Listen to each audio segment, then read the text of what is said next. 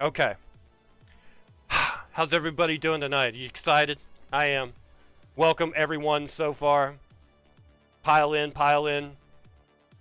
Mr. Ize, thank you so much for that love on Twitter. Guyver, thank you so much for the raid. Mojo and Kiki. 50 times you can stretch and... I'm 50! Oh, Peter's giving it a... By the way, we're going to talk about this before we ever get the interview started. Peter's going to let you know, because the last time he was on this show, I don't think I let him plug his line of gear properly. So, the first thing we're going to get to when the interview starts is you're going to find out where you can get that t-shirt. It's getting to be kind of a thing. I'm 50 and I can stretch and kick and stretch. Thank you, Mojo. Guyver incoming. Yeah, CJ Spider, welcome to the stream tonight. Distilled Gamer. Yeah, I'm still streaming at Dubsky time. Dubsky time is 6:00 p.m. ish. And yes, congrats on the 50th episode. Thank you so much. PUBG time for me. So got you on the work, my sir. CJ, get those PUBG reps in, bud. Peter's buying, loving the suit, son. Looky, wow. Thank you so much. Give you a shout out on Discord. Yes, going to be a great episode. Cookie in the lap. Okay, that happened. Let me do a little something real quick, and then we'll get this thing kicked off. We're not going to keep Peter a long time because there's big things planned. First of all, he's my guest on our 50th episode. He was my first guest. We're going back to the well. He was my. If you get any closer than that, Peter, you're gonna make it the focus bad. But that is a good distance. That is the maximum close up we can get without the camera just taking a huge dump on itself. Perfect. We saw the chin. We saw the blue eyes. We see the shirt. Dubsky time is within 59 minutes of an event. Ugh. Okay. So here's what's happening. I'm gonna interview Peter. Like, oh, I'm gonna interview that guy so hard. And then Peter has a show to go do. And I don't mean our show. He's got to go do stand-up tonight. He's triple booked. So we're doing the interview. We're turning him loose. We're crossing our fingers. He's going to be back by 9 p.m. our time, which is 3 a.m. in the UK, 2 p.m. Auckland, New Zealand time for the premiere of Bedgood Comics tonight. Peter's own show debuting on this channel. We'll be playing The Curse of Frankenstein with starring Peter Cushing and Christopher Lee during that show. And Peter will be doing art live while the movie's playing, and at the end of the night someone gets to win it. Tear it off the pad, roll it up in a tube, and we're mailing it. Somebody's winning some Peter Bedgood art tonight. You guys ready?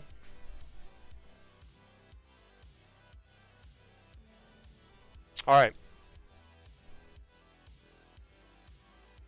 Let me shut this down real quick. There we go. Actually, we'll just be doing outro tonight. Okay. So, you'll have the Peter Bedgood interview, and then we'll have a little break while we change things around. Peter does the thing, and then we'll come back. So, if we're all ready, let me make sure. Got my pocket square. Is it beautiful? Yes. Alright. Ties up. Suits on. Peter's warming up the vocal cords. Alright, folks.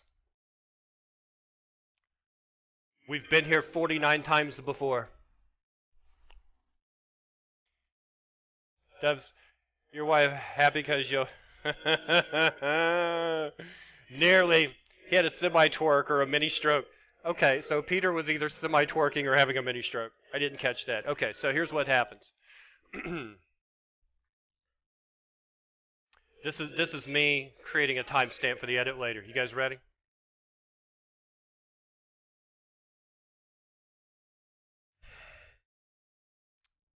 Like I said, we've been here 49 times before, me and you. Waiting to introduce a guest of the caliber of Peter Bedgood. Ladies and gentlemen, it is my distinct honor to present to you The 50th episode of Public Access Live, still going thanks to you guys' support. I love your face, I do.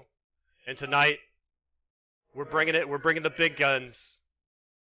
We're gonna interview Peter Bedgood, actor, comedian, writer, cartoonist, artist, musician Peter Bedgood, and that interview begins in 3, 2, and 1. What happened? I gotta do that again? Hey, I need some Visine real quick so I can make the tears look real this time. Okay.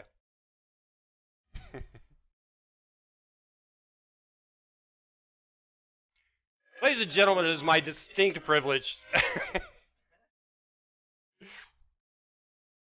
to give to you tonight a rare glimpse into the head of the master of whatever that face is, Mr. Peter Bedgood, in that interview for Public Access 50 begins in 3, 2, 1.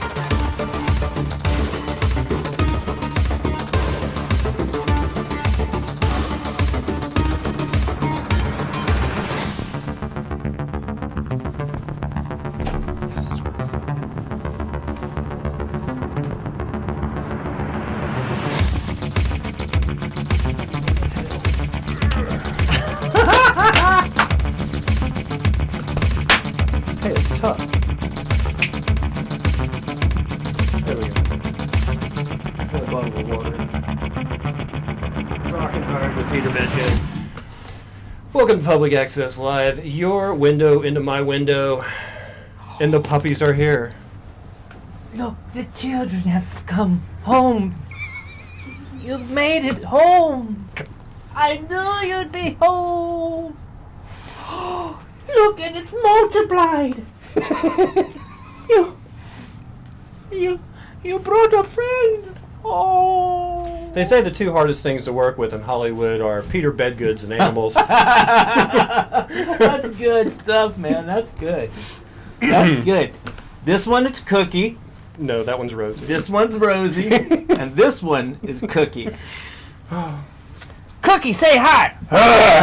Rosie, say hi. That's not the voice I was thinking I would have. It's weird. What's going on? Oh my gosh. Okay. So we're here. Wow. We made it, guys. We made it. We escaped the pound. Let's see, Mr. Bedgood, where do we buy your merchandise like that great t-shirt? Thank you. Yes! Thank you for keeping us on track. The puppies are a great distraction. This puppy is the bomb. That puppy is good. That's definitely a lap puppy. This is a professional puppy. The other puppy is a lot like. Have you ever tried to dress a hummingbird? Hold still. I'm not arm in the. I'm not saying the dog's bad, but even if you're the best jerk in the world, yeah, you're still a little bit of a jerk. Cat wrangling. Cat wrangling. Cat wrangling is a real thing. Try it sometime. The shirt? Oh, shirt. Where can they get it? You can go to peterbedgood.com and you can get a shirt. I just put it up. My good friend, may I do a shout out? Absolutely. It's your turn. Ben, you are amazing, and I appreciate so much what you bring. And the shirt is how you get it. I know everything else looks like we're in focus and the shirt's a little blurry. That's the effect. It's like the old Massimo shirts from the 90s. But not all of them. No. Because I print these off myself at the library. Oh, that was a double print? Yeah. I just messed up on this one. But the library has t-shirt printing for the public to use? Yeah. Really? Yeah. I don't want to. The library has a self-serve silk screening. Okay, can I do a shout out? I'd like to say right now, library, Tulsa County Library. Tulsa County Library. Make sure you shout them out properly. Downtown it's downtown. All right. Yes, it's at Denver, and they I think have a lab. 5th or 4th or something. Denver and 4th. They have a fab lab, which is like they offer free studio use if you want to make a blog. What? Yeah, if you want to record an album, they have studio. They have instruments you can use free. They have a 3D printer you can use for free. Would you want to use a public harmonica? No. Nope. Absolutely not. I don't want to use a public harmonica, and I don't want to use any more public bicycles anymore. Why? What's wrong with the public bicycle? bicycle? They're disgusting. Some people ride them naked. Paul Tay has his own bicycle. Yeah, well, I don't.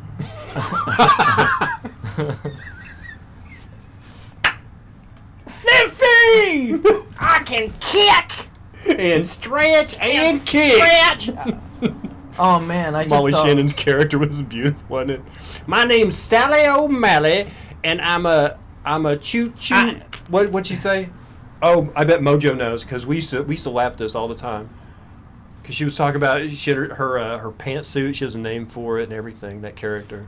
Dude, I was at a 50th, not on purpose. Oh, I'm a choo-choo Charlie in a class. I'm a choo-choo Charlie in a class act. She's always wearing like that polyester stuff. A choo-choo Charlie in a class Something like that. I think I'm close. Mr. Bedgood, was Dubsky on time to your classes? Hey, by the way, I was on time to the class. I had the suit on at 5:45. I actually at 5:47 texted Peter and said, "Are you on schedule?" And he texted me back. He goes, he texted me back. He goes, "Yes, I am on schedule. What time do I need to be there?" I said, "In 12 minutes." And he goes, "Okay, see you then." Yeah. I was ready to go. Wasn't me. He was ready to go. You know what happened? I hit the highway, and there was I can't believe it. There was You didn't even show up in a car. Did you run on the highway? I had to get here somehow, and I looked it up on Google. You ran across the highway? It said the fastest way. I should have put it to walking. I should have put it... I had it on drive. I'm a choo-choo Charlie in a class act. That's right. Mm-hmm. He is a choo-choo Charlie in a class act. Mr. Bedgood, as an artist, what do you hate being asked to draw? As an artist, I hate being asked to draw a gun. Because I don't believe in violence, but I will draw a bead on a person. I have done it before when I was in that Mark Wahlberg movie, and I will do it again if they do a sequel. Are you allowed to say which Mark Wahlberg movie? Yeah. Are you here? Is it an unwritten in Hollywood? I could ask you this. Yeah, I'm allowed to say anything. Okay. I work with Steven Spielberg. So in Hollywood, if you were on a movie and your bit made it to the cutting room floor, are you allowed to? I was in that movie. Are you allowed to? Or people be like, "No, you weren't really in it. You were cut out." But that doesn't count. I think usually people don't care. Mm-hmm. But I have a friend who was in Fear and Loathing in Las Vegas, the Terry Gilliam movie starring Johnny Depp and Benicio del Toro. Yeah. She had an 11-page scene with the three of them in a scene. She played a waitress in a restaurant out in the desert. Right. They were pressed for time. They had to lose the scene. This very rarely happens, but she got a typed written letter. She had 11 pages of script and she got cut out? It was an 11-page scene that she was in. I don't know if she had 11 pages of... Oh, okay. But still, a large chunk. She had dialogue, and it was 11 pages, which would have translated to roughly, 11 minutes on film. It would have been big. But she got a typed letter from Terry Gilliam saying how sorry he was that he had to do that, and it was signed by him. Is that industry standard, or was he just going over? No, he just really cares. That's awesome. Yeah, he's just one of those people that he doesn't look at movies like products. It's an art form to him. He's a freak, and you can tell. Yeah. For every accolade that Tim Burton gets, deservedly so, very creative fellow. But doesn't some of it seem like, compared to Terry Gilliam's work, doesn't some of it seem a little bit like pretentious and over the top? Like you can do art and you can do Burton's doing his own thing, man. Wild and creative, but you can also do it with a little bit of flair, because Tim Burton seems like very cookie cutter kind of horror. But look at what he's done, comedy. Man. I mean, he's given us like Edward Scissorhands and Ed Wood, which is one of the best Johnny Depp movies ever. One could argue they would be nothing without Depp, though. Okay, Nightmare Before Christmas. I mean, you got me. think about it. He changed the world with that one. That's given some people. He changed the world with Batman. Yeah. No, he's we had Superman with Christopher Reeve, and then we have the Batman with Michael Keaton, and then after that it was comic book. Yep. Comic book. Do you know it was he opened the door? The next Superman movie was supposed to be starring Nicolas Cage and directed by Tim Burton. I read something about that years ago, but nobody ever believed it because there's a picture of him on. I know, but no offense, Nick Cage, you don't have Superman's hairline. You don't. You have he looks like Loki. You have like a 6 or 7 head. In this picture where they've got him in this Superman outfit. Yeah. He looks like Loki. His hair is jet black and it's like shoulder length. I remember that. Yeah. But still, you don't have the Superman hairline. No, plus no one wants to hear Superman be like, I can fly faster than anyone. And that's good though. I thought you were gonna do the Raising Arizona Nick Cage. I was like, that would have been a better Superman for sure. Oh man, for sure. High, you got to give him the dip tad high. What's your favorite Nick Cage movie? Probably Raising Arizona. Arizona, yeah. Okay. But I also like Matchstick Men a lot. It was with him and. I'll give it Raising Arizona just because of the. It was Napoleon. It was that silly, dumb, like Napoleon Dynamite-ish. Yeah. But with the dark edge to it, it was beautifully done. But there's like other a Polaroid of a weird picture. There's other things. Yeah. It was. It was like, what did Stephen Wright describe it as? He had this. Stephen Wright used to have this thing about 2 blindfolded dental hygienists trying to make a circle on an Etch-a-Sketch. It's kind of what? Stephen Wright used to have this line about he had this Salvador Dali print of 2 blindfolded dental hygienists trying to make a circle on an Etch-a-Sketch. It was one of the most beautiful things. You know, when I was in like 8th or 9th grade, and I gotta watch the clock. Yeah, I got you. You gotta watch the clock. I got you, man. We're gonna get lost in some moment. The show started at 6:30. You don't have the show at the VFW doesn't start till 8. Okay, good. And if you're going to have to, they're probably depending on you to bring the show to an end, but you kind of need to go early to get back here. Man, I wish we could take them with us. I know, dude. I've had requests for, hey, you need to live stream from your next comedy show. That'd be so much fun. I've seen the rig. It's a backpack rig. If you guys want that to happen, here's what we're gonna do. Just donate $1,000. No, not $1,000. No, that's how much the live streaming backpack rig costs. I know, but let's do it over the course of the next month. Okay. So let's say. If everybody donates $10, yeah, and then we'll a day for the next year, we'll be good. You know what I've never done on this show? Ask for money. I just don't do it. He's never asked for money. I don't do it. Mr. Ize, thank you so much for the raid. Welcome to the stream. Looking dapper, Mr. Dubs. Thank you so much. Oh man, is it okay if I do a shout out right now? Have I said no the other 2 times? I'd like to thank. Apple for my phone. You're okay. Yeah. Folgers as well. Let's get as many as we can get. I'd like to thank Folgers for this delicious coffee. And I'd also like to thank I'd like to give a shout out to Yeti mics for because nothing mics like a Yeti mic. And Logitech cameras. The Logitech 922C. Which the industry standard. I would like to thank Dickies for my pants. These are Dickies pants. And if we could get that lucrative Twitch Florisham shoe deal, because Florisham is really in the market for young. I'd like to thank Nair for smooth legs. I'd like to thank Porsche. For the car that I dream about every night. For giving me so much material to dream about. This is going nowhere. I've actually used that line. I was at the Hunt Club. Are you whispering? No. They can hear you. I know. People in other countries can hear you. I was at the Hunt Club. There were some friends of mine that were playing. It was actually, do you remember, the Castro Band, Dave Castro Band. Do you remember No. that? Okay. So a friend of mine was the guitar player in that, and they were playing at a hunt club. I would go in there, and there's like 3 people there, and the band's just setting up, and there's like 4 bands on the docket that night. So I go to the bathroom. There's a guy in there, and I'm standing next to him, and as I'm zipping up, I just kind of look down at him, and I go, "Time to buy a Porsche, huh?" And I walk out. Oh no. Oh no. It's good times. Oh man, I'm gonna use that.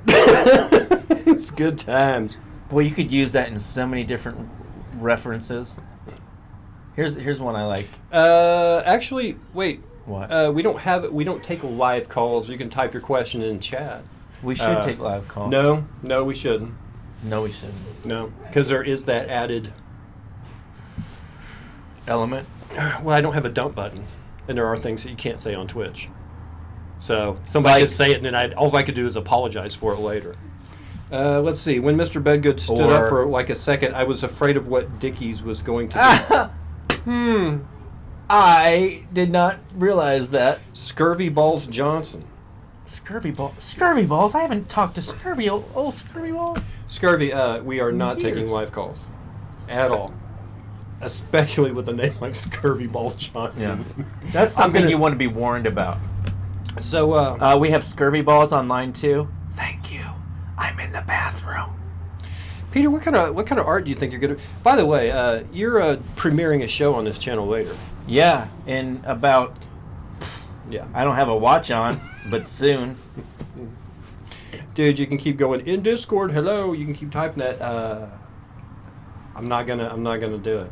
You know what I mean? Not gonna work here anymore. First of all, the PC that Discord is on is way over there. I've got the Twitch app open, so I can read chat. If you'd like to post something in chat, you can. Welcome to Public Access Live, our 50th episode. My guest tonight is, of course, actor Peter Bedgood, star of the movie Jeffy Was Here, and smeller of his own stink. Every man was he. Try eating some citrus, Scurvy Balls Johnson. It's true! Scurvy can be calmed by citrus. So, your show tonight, you're going to be doing... You're going to be drawing some pictures. What do you think? What do you think is... because the show is loosely based around a feature show. We'll be showing The Curse of Frankenstein tonight, starring Peter Cushing and Christopher Lee from 1957. Both of whom were in Star Wars. Yes. Is your art piece that we'll be giving away at the end of the night, is it going to be around the movie, or is it just something that you might just, hey, I feel like drawing this tonight? What's really going to guide your pen this evening, if you don't mind me asking? I think I'll take requests from anyone that will donate $10. And then you know, if you handle the shipping and stuff, we'll send it to you. And then I'll probably do them for free anyhow. I mean, come on. But no, if you want it, you can have it. But no, I'll take requests. I can draw stupid stuff. I can draw anything. You name it, I can draw it. Name something right now. Anyone, anywhere. Let's see. No, they didn't. But we do have a question. So, Mr. Bedgood, any directors you would want to work with? Wes Anderson, Stanley Kubrick. What is it? Is it just the kind of the myth and legend that surrounds these people that you would want to work with them, or is there anything you know about them personally that you're like, I wouldn't mind working with a guy like that? I would like to work with any director that would hire me. Booch the Gooch says aardvark. That was the first word out. So aardvark, I can draw it.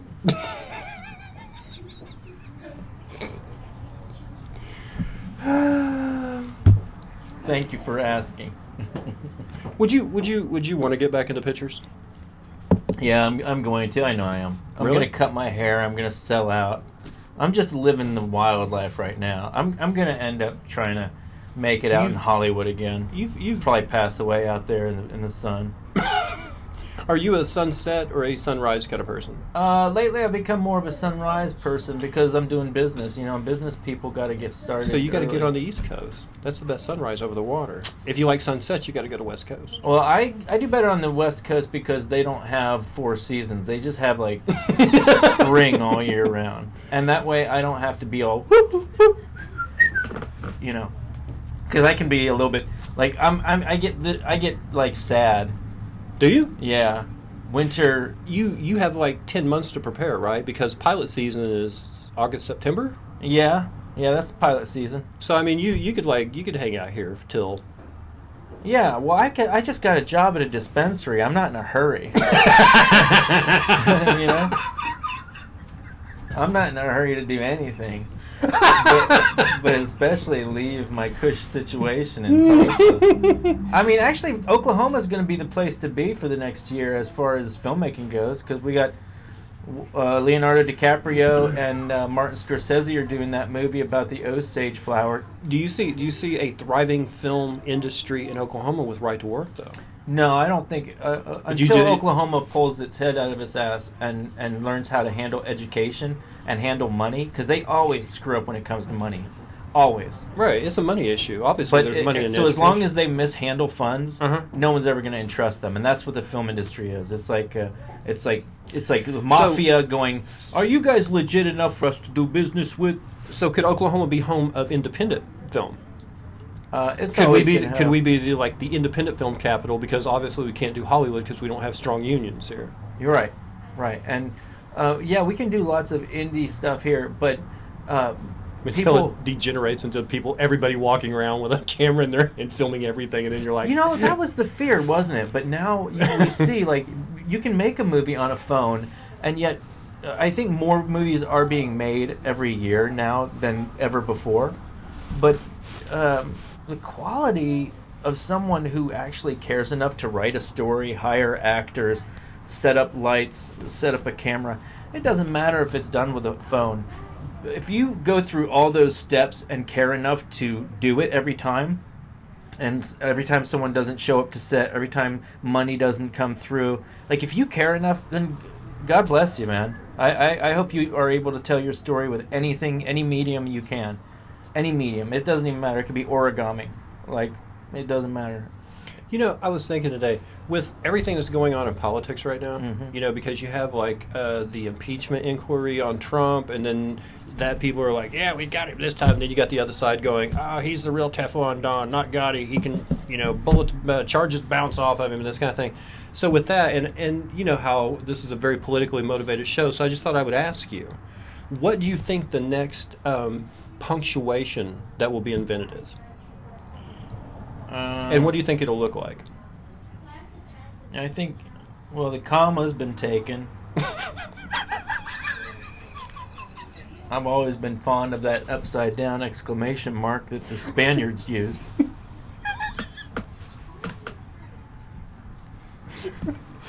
If that's what you mean. You think that's going to go global? I hope so, man. America's going to add the inye? Is that what it's called? Ooh. No, the inye is the squiggly above the N. Like above Nina Colada? Or Pina Colada? Yes. Oh, I knew a girl named Nina Colada. No, you didn't. No, but for the joke, I do. It's Columbus Day for this next joke, and Ooh. Wait, that's hilarious. Did you do that? What? That's funny. Did you do that? Do what? The Columbus Day joke. No, it's a Patton. Oh. Patton does it's Easter for this next joke, so he can do his bit about the pause Easter eggs. That's brilliant. Patton who? Oswalt. Patton Oswalt? Okay. Yeah. Would you agree that Patton Oswalt is our Carlin? I don't think we've ever had anyone... He's an excellent writer. He's socially motivated. He puts a pretty funny spin on all the garbage that goes on in the news. Do you think he's our Carlin? You know what makes it possible for him to be who he is? What's that? He spends quality time alone constantly. I ran into him one time at Starbucks, and in L.A., but in a neighboring city, a neighboring town. It was like Covina or like Silver Lake or something like that. In fact, I think it might have been Silver Lake. Because I thought he lived closer to Newport or Huntington. No, when I saw him, he was at this Starbucks. I don't know where he lives, but he was there, and he was just like this, reading a graphic novel, and like no one else was in the room to him. He was just, and it's that kind of focus that makes him. So that just shows the artistry of him. Do you think it's important for artists to be able to tune everything out? If you care too much about the people around you, don't you think that your art turns into art by committee? Would you go that far? Yeah, but some people, that's an art in itself. You ever meet someone who knows how to get something done in a chair, like a board? Oh, a delegator. Right. I mean, Yeah, I know one of those. That is an art form. Is and it? Oh yeah, and there are some. They're directors. underappreciated, I'm sure. My co-writer for 14 years, Todd Edwards, was one of them, and he is an alien. I thought Todd was a hands-on guy. Oh, he is. That's the thing. He's one of the guys that would be up till 4 a.m. working on what they're going to shoot. I mean, we shot around the clock. On Chillicothe, we had an A unit and a B unit, and Todd was on both of them. So there were like 2 days where 48 hours. So you guys planned day and night shoots, just constantly, burning film. Yeah, that's the way it took. It took a small army to pull off Chillicothe. But you had Weinstein money, right? No, not with Chillicothe. We didn't have any money. I mean, Todd had, I think. Yeah, I mean, was it guerrilla sets? Were you just like showing up with no, lights? No, it was actually. I think the budget was like pretty good. Like, it was considerable, but it was under $1 million. And for what it looks like, being shot on film at the time, and I think that.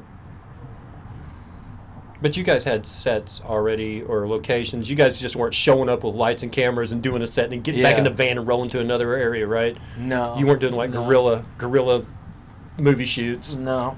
We did steal some highway shots, We did. No waivers. Well, there's a car passing by. I couldn't say, hey, can I put you on? Oh, yeah. You get creative. As long as it's not a clear face in there, you're pretty good, right? I have shot things before where after the scene, someone has to run after someone and ask them to sign something because they were in the background. I have a friend who does a prank show out in Hollywood. Really? Yeah. So he did this prank show for like years. And then they brought him on as a director of the show because he was just a writer and he was one of the pranksters. But then they brought him on as a director. Then he ended up directing Let's Make a Deal. The game show? Yeah. The new one with Wayne Brady? No, the old one with, bald guy. Shaved entire body. Howie? Howie Mandel. Huh. Is that what it was called? Let's Make a Deal? No, it was... Deal or No Deal. You said something earlier about you're going to sell out and you're going to trim the hair and you're going to go out to Hollywood and you're going to, get back into acting again. Yeah. Why do you feel like you have to transform yourself to do that? Isn't the toolbox your facial expressions, and isn't that your skill set no matter what you've... You might have something there. And I don't know. I think because you can get out there. If you cut your hair before you go and you get out there, and you might get the role of a clean-cut leading man. Right. But you would never get the role of the guy with the long hair because you've already clipped it. Let them tell you to clip it. Uh-huh. You know what I mean? Go out there raw and be like, hey, you're versatile this way. You can still play the short-haired guy, but... You might have something there because Because I know everything about Hollywood. I've been there like so many times. No, I know guys. You're right. You got something there. I know guys that they have a very distinct look, and that's why they get called. The reason I got called was not that. You never mentioned the film you were in with Mr. Wahlberg. That's a good callback. The Italian Job.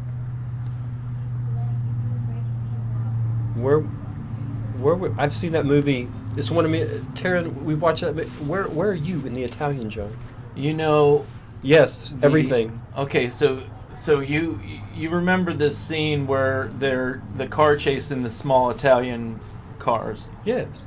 The Fiats or whatever. No, they're Mini Coupes. Yes, they're Mini Coopers. You remember him going down the stairs? Yes. To the subway. Yeah, you remember people dodging out of the way? Moving to the left or right, yes. Yeah, I was the one that dodged to the left. You're shitting me. No. I stood between. I was in this little tunnel. And That's where because the you house did was. such a good job dodging the Mini Cooper, if there's a second Italian job, they're going to call you? No, if he does another sniper movie. That was a joke. Do you want to hear an interesting story that happened on the set of the Italian Job? Of course. Why wouldn't I? We're in between shots, and I'm standing. We're in between shots, and I'm sandwiched against this wall between the transporter. Mm-hmm. Remember that guy, Yes, Jason Statham. Jason Statham? Somebody said I'm dressed like him tonight. and on my other side, I got Monster. You know, the woman who won the Oscar for Monster, Charlize Theron. yeah. Yeah. So she's on one side of me, and he's on the other, and we're a foot between us. And he is like this, and he's talking over my shoulder to her, and he's saying, "I love, you wasn't ignoring me last night, was ya?" And I'm just standing there like, and she is livid. She is pacing back and forth, and she is on the phone with her agent, and she is saying, "I don't want to work with this guy anymore." She's calling him all sorts of names, and he just keeps on pushing the buttons like that. And I was just like, I cannot believe I'm here right now. You know who's she's an unfortunate footnote in someone's diary. You know that, right? No. Stephen Jenkins, the lead singer of Third Eye Blind, Yeah. he started dating Charlize Theron when she was just a model from South Africa. And then she Oh. comes over here, and she acts in a few movies, and they break up, and then she wins the Oscar. Wish you would step back from the ledge, my friend. Ladies and gentlemen, Mr. John Tyler. You know he was. You know every word of her Oscar speech was a dagger to him. You know it had to be. He just had to Oh, be sitting yeah. there going, "Oh, I broke up with her. I broke up with her. Oh my gosh." I just watched that too. Now I'm going to watch it again. Yeah, go watch The Italian Job starring Peter Bedgood. I got touched by Steven Spielberg. He touched. You don't me. want to say that. He Not nowadays. touched my shoulder. Not nowadays. You know what? To be honest, it Is there, was if you could work for someone, because you're a bit of a silver screen buff yourself. anyone. Yeah. Would it be like Yeah. a Guy Hamilton? Like who would you want in the director's chair? Hitchcock? I really like Who would you- P.T. who would- Anderson a lot. Don't know that name. He directed Boogie Nights, and he directed okay. Punch Drunk Love, There Will Be Blood. Where on the doll did Steven Spielberg touch you? On my shoulder. It was. No, I'm not wearing black jeans. Get up here. And either a green or gray jacket. No, it's a black suit. It's a Get black up suit. here. You need to get up here. You need to Okay, get up. puppies. Oh my goodness! Oh my. So you would like to work for the guy that did Boogie Nights? Well, I'm a big fan of Of his work? I think he's amazing. What when you watch a movie and you see He's married actors to Maya Rudolph, by the way, from SNL. What? When you watch a movie and you see an actor do a really good They're partners. They're just partners. and you see an actor do a really, really exceptional performance. Do I get jealous? Yes. No. Oh, never mind. Do you think, I wonder what the director was telling them to get that out of them? Do you see, like, I don't have, like, maybe, I told you about that one director who directed me. And he said, "Do you like music?" I said, "Yeah." He said, "Do you like jazz music?" I said, "Yeah." He said, "Do you know Charlie Parker and Miles Davis?" I said, "Yeah." He goes, "What you're doing right now, you're giving me Miles Davis. I need Charlie Parker." All right. I was like, "You got it, man. You got it." and that was probably hard to communicate anyway, that being his second language. Yeah. You Yeah, know, I really to do. actually be able to. You know, it's funny you should mention that, because when I went to Germany and I didn't know enough German to have really in-depth conversations, but I would still have pretty good conversations with people through, like, pantomime and, Yeah. and what little we did know. Like, I got along with these guys from Poland famously for an afternoon just day drinking at a pond.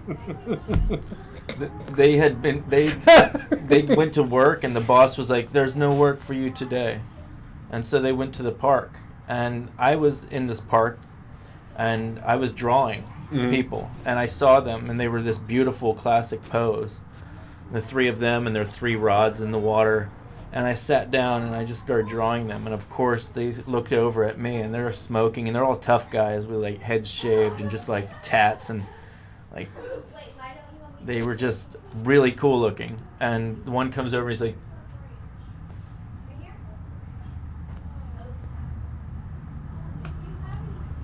and I was like, yeah, it's you guys. He's like, I was like, you want to see? He's like, can I see? I was like, yeah. Here. I showed him. He's like, you are very good. I was like, You're luckily in Germany. They do very good English there. yeah. And these guys were from Poland. They were just like... They're almost perfect at English, as a matter of fact. Almost Germany. Almost. Don't get cocky. Russians are even better. No.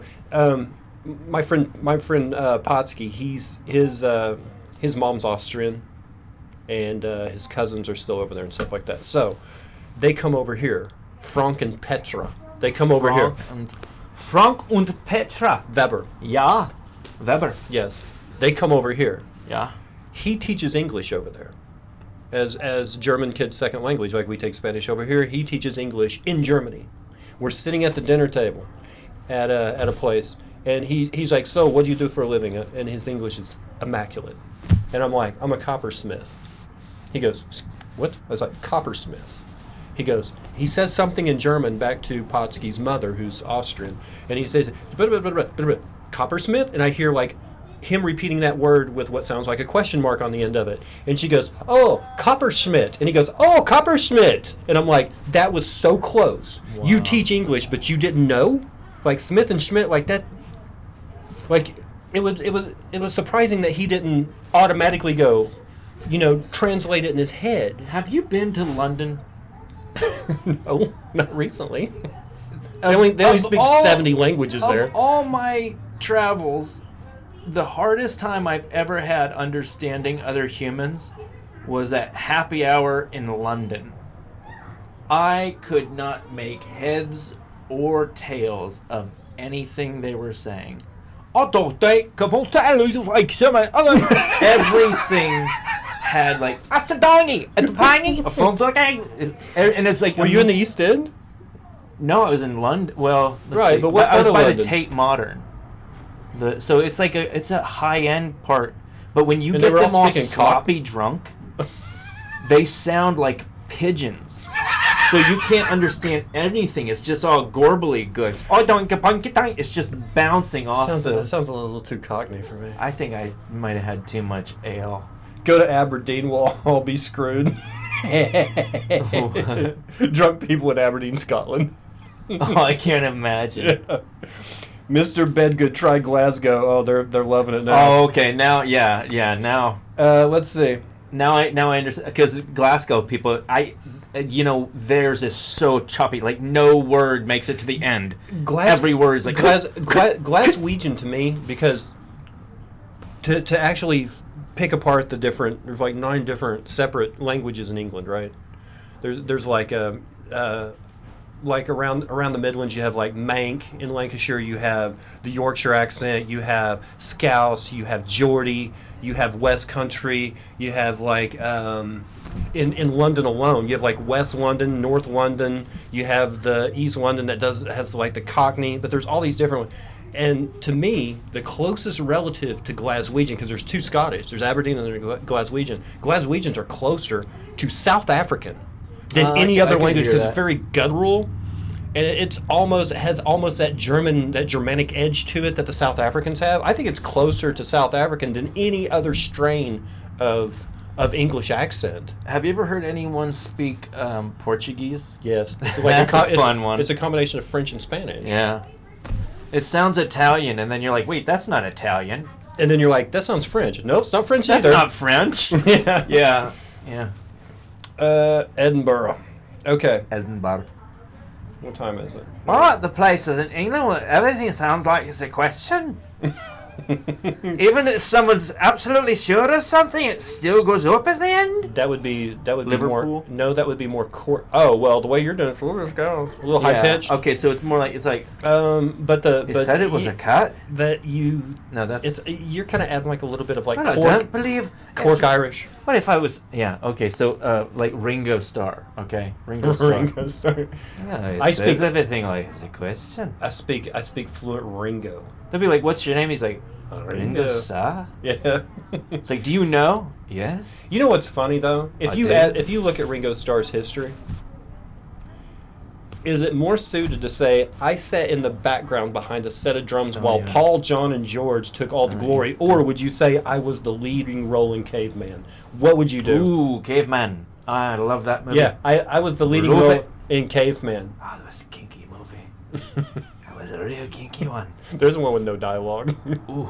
except that one. Shelley Long? Are you kidding me? Um, From Cheers? was it Barbara Hershey or Barbara Bach in that one?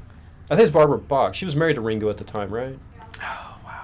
I know what movie I'm renting when I get home to Hey, YouTube. Paul, let's get rid of Clarence and steal all of his really good ideas. What's that from? It was when Eddie Murphy was playing the saxophone player who's the fifth Beatle, Clarence, and they'd kicked him out. And they had like this, it was like an old 1980s SNL bit when Lorne Michaels was gone and Eddie Murphy was running it. What? Yeah. Lorne Michaels left, and you notice how, like, when Eddie Murphy was on Saturday Night Live, it was like he was in every sketch. He was pretty much running the show and keeping it afloat at the time. That show was dying when Lorne Michaels left. Wow, I never Yeah. knew that. Yeah. Like, you saw him in, like, every sketch, and you're like, why? Because he was bringing in people. He was keeping it going, man. There's some really funny bits then. I never was in an Eddie Murphy movie, but I was in Catch Me If You Can. If you were gonna ensemble cast like Oceans or That was a really weak lead-in. I said I was never in any Eddie Murphy movies, but I was in Catch Me If You Can. That's like a really... that's not an Eddie Murphy movie. No, it's not. That's the thing. It's not. How did you want me to react? Because I can do this. Okay, let's take it again. Steve? First positions, everyone. Steve? Marv. Can we get some makeup on the dead corpse here? Marv, you said we were only shooting till 7:30. I'm only here till 7:30, Marv. That's our deal. Tulsa. Tulsa. Would you want to be someone's agent? Oh. Would you want to be someone's agent? I would not want to do that, but I would do it because if I knew I was going to help a person out, I would definitely do what an agent does for a person, which is introduce them to someone. I had a friend who was really good at groundlings, and I knew it, and he wasn't in groundlings because he was shy, and I said, go take groundlings, and he said, okay, fine, and he did it. And then he skyrocketed past me, and I was just like, hey, man, But I mean, wow, that was beautiful. where's the? He just went, But would you rather be the guy at the Hollywood Bowl performing in front of the audience, or would you want to be the guy that got that guy started? I mean, because me, I wouldn't want necessarily be the guy on stage, but if I helped somebody get to that big stage, it's just as rewarding. that'd feel pretty good. It doesn't pay as well, but it's just as rewarding.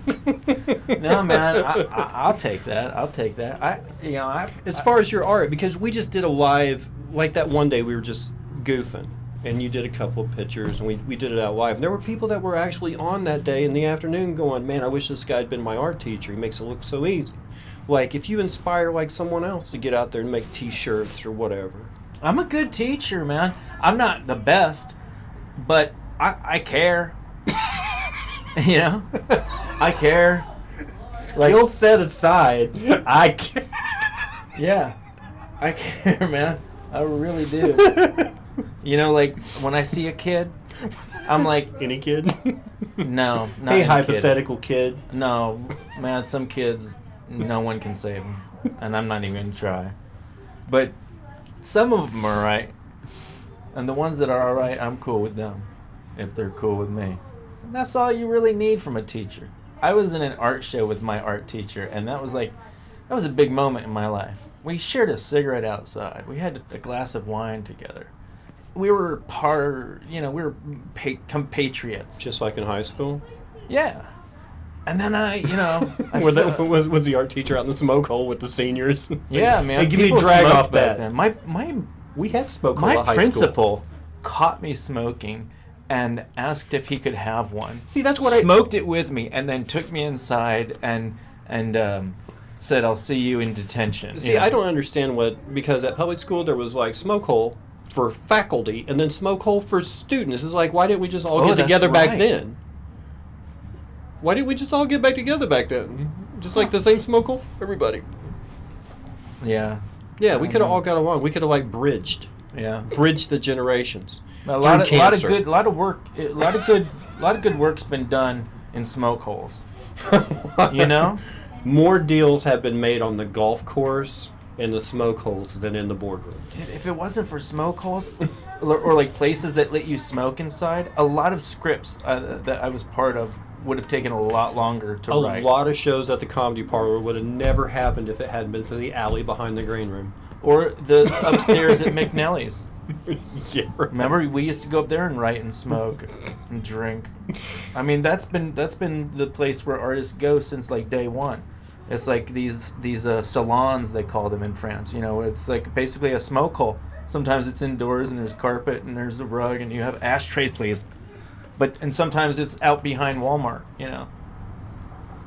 Do you think there's not enough ways that people facilitate their art nowadays? Do you think that, used to a guy was like, just dripping sweat and having a cigarette and a glass of scotch, and he had this painting on an easel that was amazing because he was channeling all of that poison in his body into something on canvas.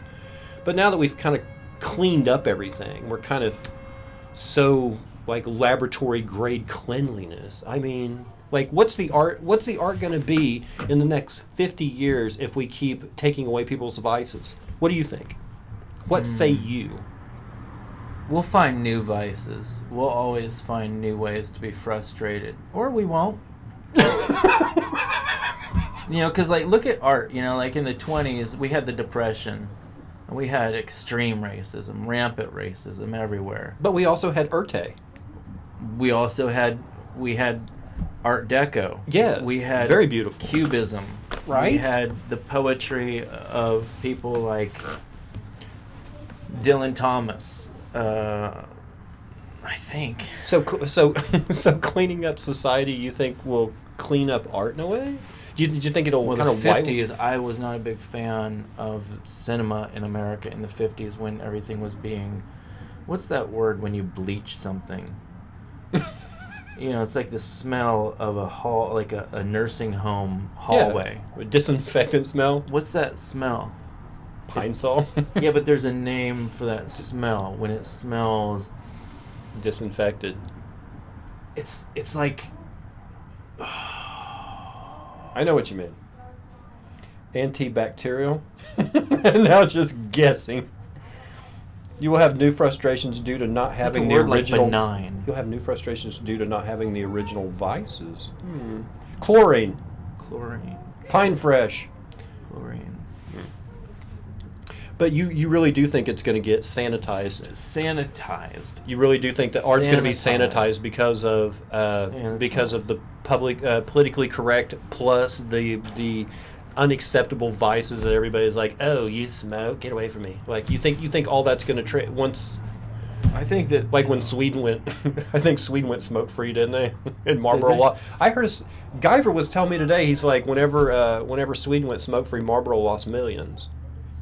I was like, and look at what the vape industry is even going if through. I misunderstood what he said, and what he said had nothing to do with what I just said to you, just the thought in my head of a whole country can go smoke free. What if that happened in America? Because I know a lot of guys that'll sit there outside the club after doing a set, victory smoke. I know a lot of guys while they paint or make music or whatever. Man, like no kidding. Like where does will their work be sanitized through not having any not having that It'll never happen. Never happen. People are always going to find a way to do what they want. And those who don't will change. You know? Like, you know, people will smoke if they want to. Numbers will dwindle. I mean, you can see it happening already. The vaping industry has made a dent in the tobacco industry, so the tobacco industry has fired across their bow with these media attacks about, like, how many times have we heard about, you know, cartridge vaping accidents or injuries or disease, and yet we know for a fact that smoking does all every day thousands of people die from tobacco-related illnesses. Thousands. We know that. That's been the way it's been every day on planet Earth for the last 200. Okay, but I do I'm just believe, thinking about tobacco. I would say at least the last 100. Yeah. When you had the But I think once tobacco was made big. No, once tobacco was included with all these chemicals in it. I mean, that's what I mean. A pure tobacco leaf, not really that bad for you. Yeah, I have a hard Really time not. believing that a tobacco leaf. Now, I understand these guys- carcinogens exist. I know, but- Carcinogens, they exist, but you don't have to add tar. When I'm a kid, I'm watching That's Incredible on Channel 8 on a Monday night, right? They're going to, you know, they've got Yogi Kudu or whatever, this guy that can fold himself up and fit in a box that's 18 inches by 18 inches. Like, that's incredible. You remember that show? Incredible. Hosted by John Davison and Kathy Lee Crosby Frank Tarkenton. and Fran Tarkenton from the Minnesota Vikings, right? Yeah, there's one episode where there's a 5-year-old Tiger Woods on. Yes. Okay, so you know where I'm going with this. No. There's one episode where they're like, we're going to Japan where we're going to meet the world's oldest man. And here's this guy, 112 years old in Japan. They're like, what's the secret to your old age? And he's like, every day I eat this for lunch. I smoke a cigarette and take a shot of sake. And I'm like, How come he can live on cigarettes and everybody? Oh, because in here where we live, we like to doctor him up with chemicals and stuff. Just a little, you know. Hey, the answer But apparently it's not bad for you. grow your own. That's the key for everything. And that's one of my favorite things about the cannabis movement in Oklahoma is at least there, regardless of how many guys are taking it to just get inebriated and how many girls are taking it on top of already having addictions to other medicines, there will always be something like that. But the way that we have encouraged a relationship between man and plant in the form of allowing people to grow this plant that's already, there's nothing illegal about a plant growing, and cannabis is a flower. But allowing us to, you know, have a relationship with a plant and financially benefit from it is huge, because that's something that you can take to the bank. Anytime they say that the sale of something is helping fund something else, I'm just like, bullshit. Oh yeah, and I don't believe that, but I do believe that I I can spend my own money in a local market. That's what I do. I listen to local bands, I drink local beers, And support local art. I do. I spend my money in local places where people are making art and making products, and, you know, Mother Road Market, straight up, guys, love you. You know, love what you're Is doing. it all right if he does a shout out? Mary Beth Babcock. Hashtag love you. Why are you moving into my shot? I'm trying to take it. You're my shot. I'm not. It's not enough for me to. Oh, this is just one. You know camera. what? Honestly, when I get the second camera in here for your show, Yeah. and I start doing this cross thing, Oh. and you get in my shot, I know. you're in my shot, man. No, my camera's going to be, I'm going to look huge on the screen because I'm going to have this wide angle shot where everybody's going to think like we're like the same height. And then the other camera is going to be like low and shot up at me. And I'm going to look like this monster of a fella. Nostrils McGee. Hello. What time is it? 'Cause we have to, 7:30. I think we should probably wrap up pretty I soon. think so. This is going to be so much fun. Here in about, honestly, an hour and a half will be the debut, the premiere of Bedgood Comics. Bedgood Comics will be a feature show every week except for next week because I'm on vacation next week. But it'll be a feature show. We'll be back in a week from a week. You can't have a debut and then be like, and next week we're gonna I have to, because if I don't get out of town right now, I'm going to go nuts. It's been Okay. 17 years since I had a vacation. That's not an exaggeration. Oh, So anyway, that rhymed. It's been 17 years since I had a vacation. That is not an exaggeration. It wasn't good meter, but it did rhyme. Hey, do you know what's on right now on Bob Twitch? Ross. Yeah, Bob Ross is on right now. It looks like he's doing a happy little snow scene. Dude, we should just do it. Just So like anyway, him. I'm hey, gonna let me show you out- guys something, because this is really sort of what's going to happen. In about an hour and a half is the debut of Bedgood Comics. It's a feature-length show. Tonight's show will be The Curse of Frankenstein from 1957, starring Peter Cushing as Dr. Frankenstein and Christopher Lee as the monster. That's Grand Moff Tarkin, and I don't know, what was Christopher Lee's? What did he play in? He was in the He was in the Lord of the Rings, but I don't remember which Yeah, wizard but- he played. Yeah, and he was also in Star Wars, but it was like Phantom Menace. And, God. And like the first 3 or something like that. So we'll be showing that movie. While that movie's going on, Bedgood is going to be set up kind of like you see Bob Ross is right here. We're going to have his easel, and he's not going to have the fro. But we're going to have that going on. So, and the art that he does during the movie, we're giving away at the end of the night. It's Bedgood Comics. It'll be debuting in about an hour and a half. He has a show to go do, and we're going to strike the set, reset up. Hey, can I go live on Facebook right now? Yeah, why? Do it. I'm just gonna do it right now.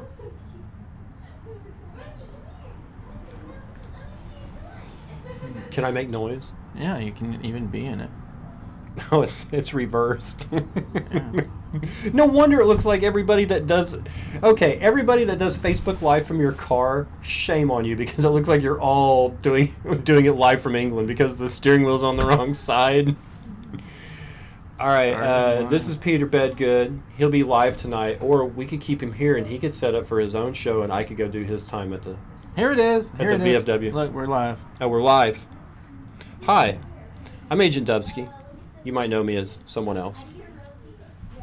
It's our 50th episode tonight. We're celebrating with Peter Bedgood. Live on Public Access Live. Right now. Right now. Yeah. And in about an hour and a half, we will be doing... It'll be Peter's show. It'll be Bedgood Comics. Turn this into it too. You're in my camera. You're in my shot again. He's terrible. He's terrible at it. Bedgood Comics, 9 p.m. Central Time in the U.S., 3 a.m. in the U.K. Where's the puppies? Here, get a shot of the of your. Oh yeah. It has all the information on your board there.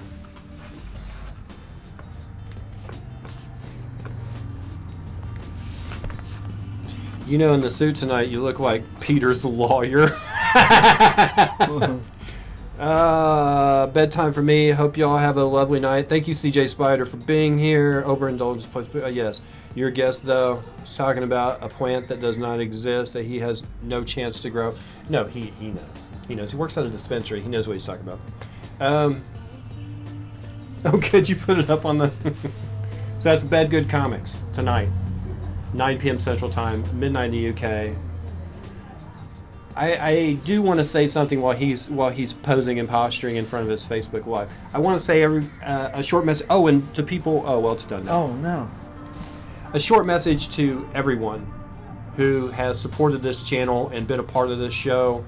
I'm not going to be able to remember everyone's name. There's 50 episodes, but just off the top of my head, Let's do it. Peter, Landry, Ryan Green, Ryan Jones, Travis Cagle, Hilton Price, C.R. Parsons, Sandra Shauna. Slade, Shauna Blake, Quinn Blakely, God, Zahava.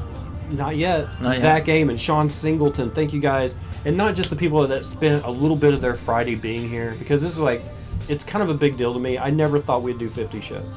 I thought I was going to run out of energy or people that were interested, and it's just kept going. And we've got more shows, people you haven't seen yet, like Zahava Glazier, like Mike Maudlin. Like, we're going to have those people for you. Yeah. And we're going to bring back some favorites, you know. Yeah. But I want to... Deacon. Yeah. Yeah, sure. Sure, Andrew Deacon, if he ever wants to. Hey, Andrew Deacon will be on this show. Eventually. You know what I want to do? What? I want to have people on my show and draw Sure, them. Sure, you can do what you want. How's that sound now? Yeah, why not? Okay, we would be amiss if we did not mention that this first show is going to be dedicated to Chris Godwin. Yes. The movie choice was his.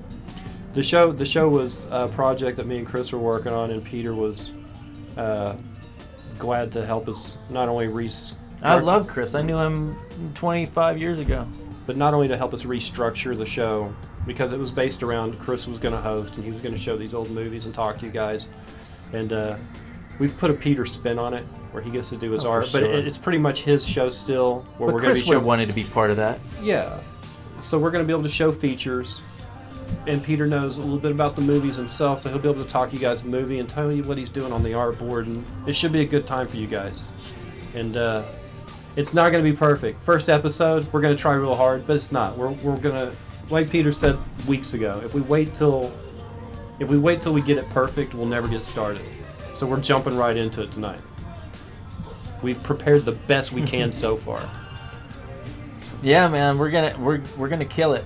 We're gonna crush it. But thank you guys for being like. We're gonna love it. We're gonna love it. We're gonna bear it. We're gonna bear it. But we're gonna be like,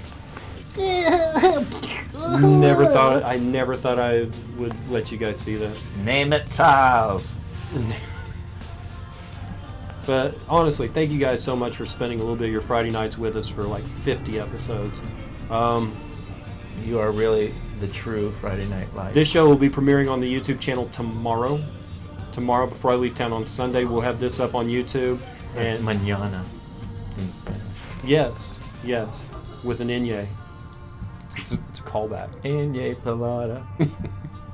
Too bad I don't know a joke If you with like the word inye. umlaut. Umlaut is just not a very good word. A Lot. lot of people gonna watch the show.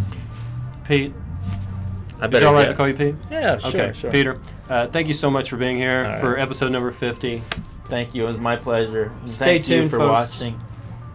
You The are premiere of amazing. Bedgood Comics in Thank about you. an hour and a half. And Now I got a skit. Yeah, and we'll be back.